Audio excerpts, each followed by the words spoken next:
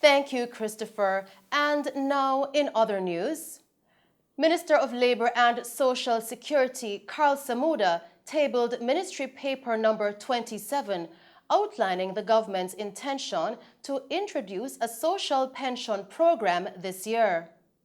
Mr. Samuda told the House of Representatives that the program will begin by targeting the elderly population aged 75 and over that is considered the most vulnerable in Jamaica.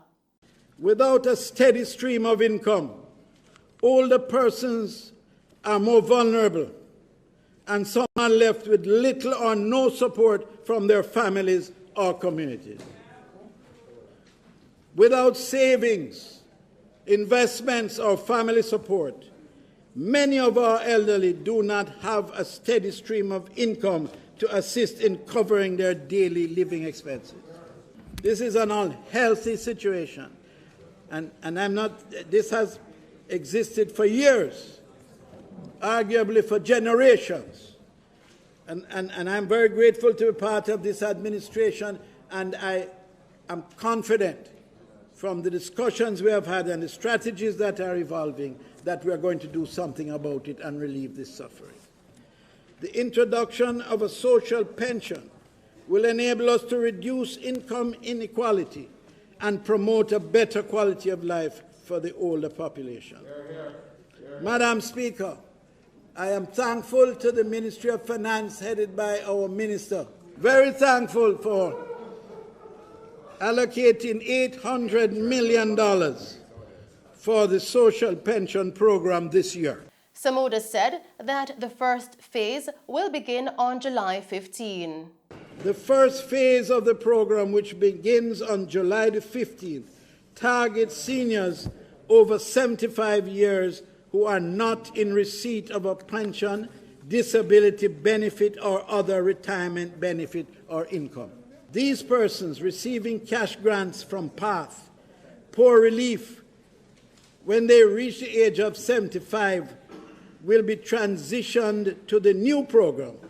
Beneficiaries of this program must also not be residing in a government institution run by the Minister of Local Government and Rural Development.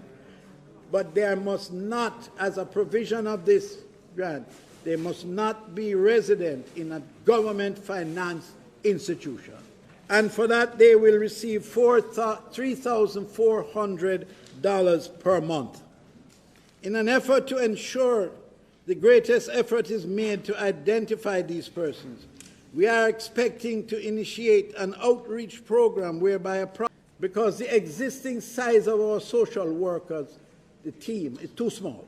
Yes. We are going to engage 300 youngsters across the country, which will be able to identify these persons in need.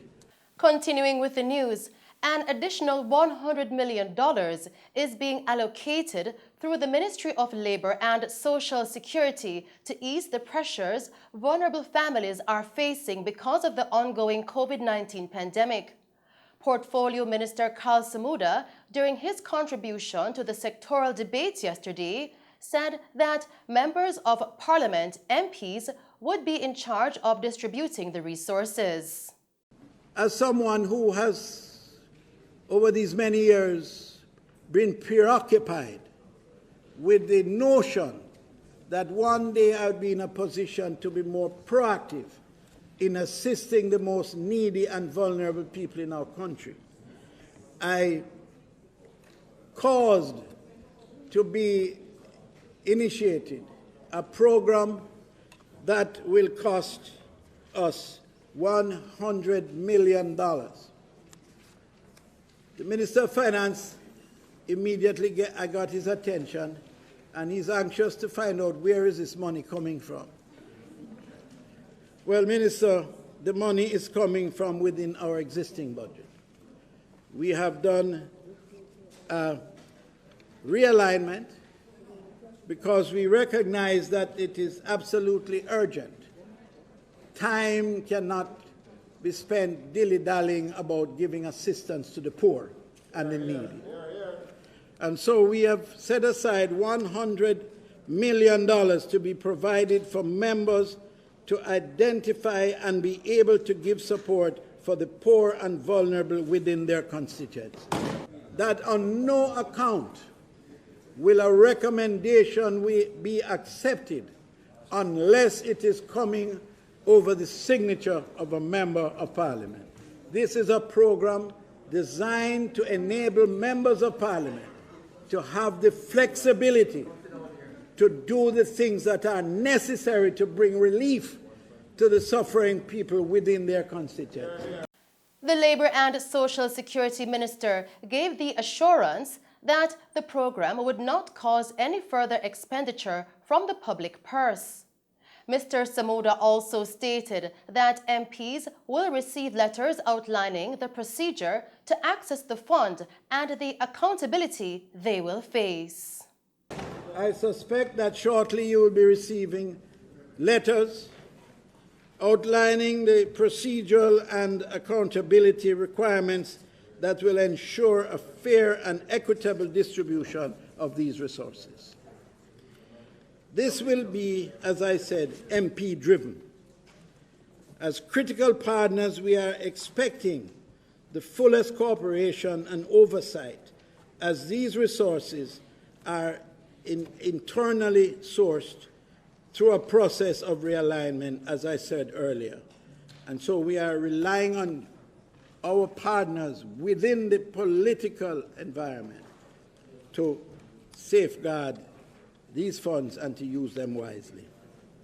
Madam Speaker, I'm truly happy that we will implement the social pension program this year.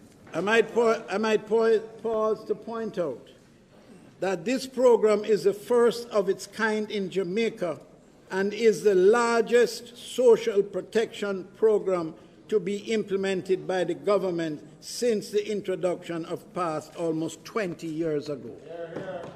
This program will bring us closer to generating a minimum level of social protection for our people. And that's our news package for you tonight. Thank you for tuning in to Mello TV Evening News at 8. I am Shelley Hill. Stay safe and pleasant viewing.